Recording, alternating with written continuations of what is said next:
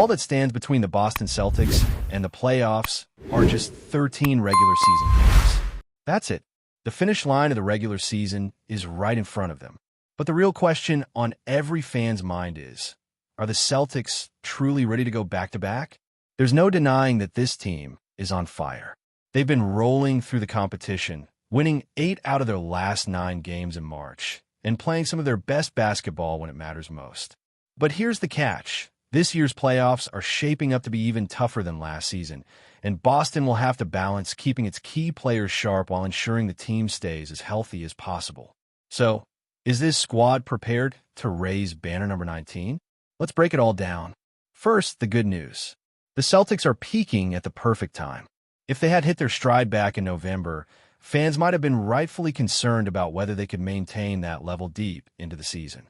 But now, as April approaches and the playoffs loom, Boston is playing at an elite level.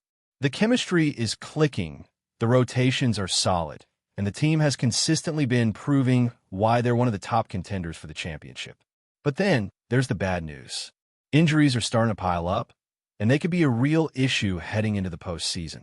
Last year, the Celtics were fortunate in the playoffs. They only had one major injury to deal with, Kristaps PORZINGIS.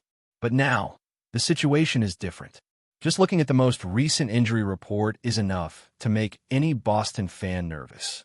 Jayson Tatum and Jaylen Brown both missed games due to knee issues. Jrue Holiday has been playing through a broken finger. PORZINGIS recently returned after missing 8 games due to bronchitis.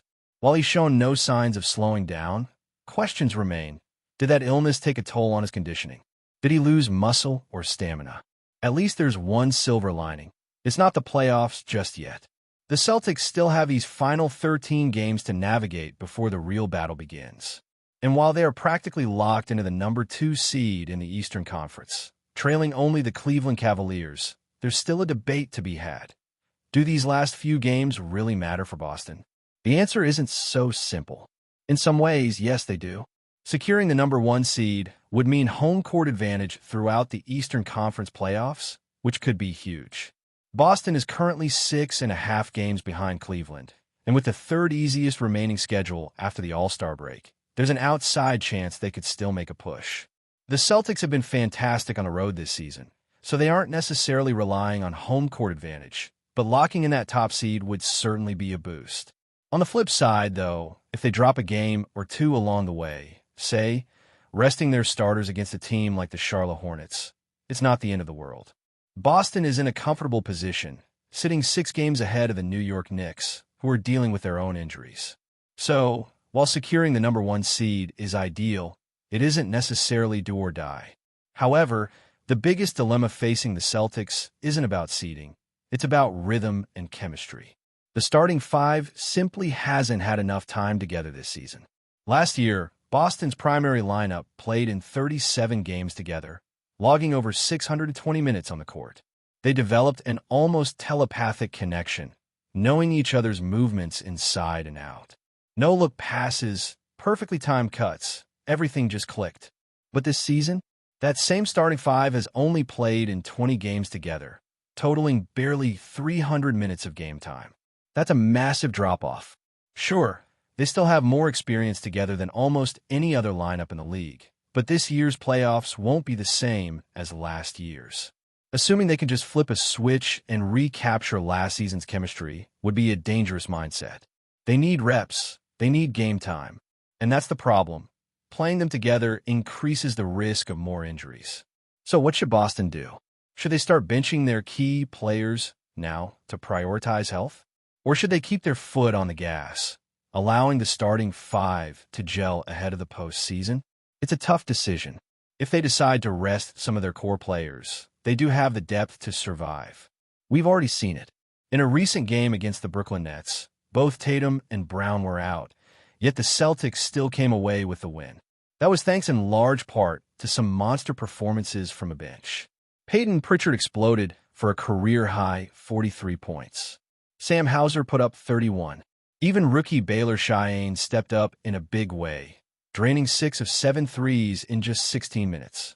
Boston's depth isn't just solid, it's a legitimate weapon. They have role players who can step in and deliver when called upon, which isn't something every team in the NBA can say. That being said, it's unlikely that Joe Mazzulla, being the ultra-competitive coach that he is, will just voluntarily start resting all of his stars. Yes, he prioritizes player health, but he also loves to win. The most likely scenario? A balance between keeping players fresh while also giving the starting five enough minutes to develop their rhythm. Jayson Tatum himself has spoken about this balance. He understands the importance of rest, especially heading into the playoffs. But he also values playing in as many games as possible. He's talked about the pride he takes in suiting up, particularly in road games where young fans come to see him play. He doesn't want to sit unless he absolutely has to. Jrue Holiday has echoed similar sentiments. Sitting on the bench with his broken finger, he admitted that he hated every second of it. These guys want to be out there. They want to play. The other challenge is the mindset of the players. Jayson Tatum is one of the most competitive players in the league, and he's made it clear that he hates missing games. He understands that fans, especially kids, come to see him play, and he doesn't want to let them down. He has spoken about how much he values being on the court for road games, knowing that some fans may have saved up for months just to watch him play in person. That's the kind of mentality that makes him great, but it also makes it harder for the coaching staff to convince him to take a break. He admitted that he probably should have rested more, but when the decision is left up to him, he almost always chooses to play. Jrue Holiday has a similar mentality. Despite dealing with a broken finger, he continues to push through the pain and contribute to the team. He's openly said that he hates sitting on the bench knowing he can't do anything to help. That's the kind of toughness you want from a veteran leader, but it also raises concerns about whether he should be prioritizing long-term health over short-term wins. The same goes for Kristaps PORZINGIS, who is returning from bronchitis. He says he feels great, but illnesses like that can linger, and there's always the question of whether he lost some conditioning while being out. Looking at Boston's schedule, the remaining 13 games are very winnable. The only real challenges are matchups against the Memphis Grizzlies and the New York Knicks. However, the Knicks have struggled with injuries, and their playoff positioning has taken a hit as a result. If Jalen Brunson isn't available, New York isn't the same team. That means Boston realistically has a great chance to win most of its remaining games, even if they decide to rest some starters along the way. But the bigger question isn't about winning or losing these last games. It's about entering the playoffs in the best possible condition. The worst-case scenario for the Celtics would be losing a key player to injury right before the postseason. That would be devastating. However, the second-worst scenario would be heading into the playoffs with a rusty starting five that hasn't played enough high-level basketball together. Striking the right balance is going to be crucial, and it's not an easy decision to make. One of the advantages the Celtics have is momentum. When they're playing at their best, there are very few teams in the league that can match their dominance.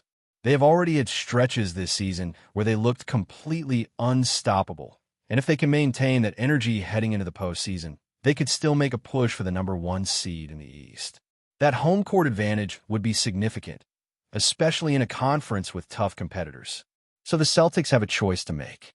Do they push for every win and try to take the top seed, or do they play it safe and protect their stars for the playoffs? There's a strong case to be made for both approaches. Some fans will want to see Boston go all in and finish the season on a dominant run, proving they're the best team in the East. Others will argue that securing a healthy roster for the playoffs is far more important than seeding. The reality is, both perspectives are valid. At the end of the day, what truly matters is how the Celtics perform when the playoffs begin. Whether they enter as the #1 or #2 seed, their path to the championship will be determined by how well they execute in the postseason. They have the talent, the depth, and the experience to win another championship. Now, it's just about making the right decisions in these final weeks to ensure they are in the best possible position when the real battle begins. So what do you think? Should Boston go all in and chase the top seed? Or should they prioritize rest and recovery for their key players? Let me know in the comments.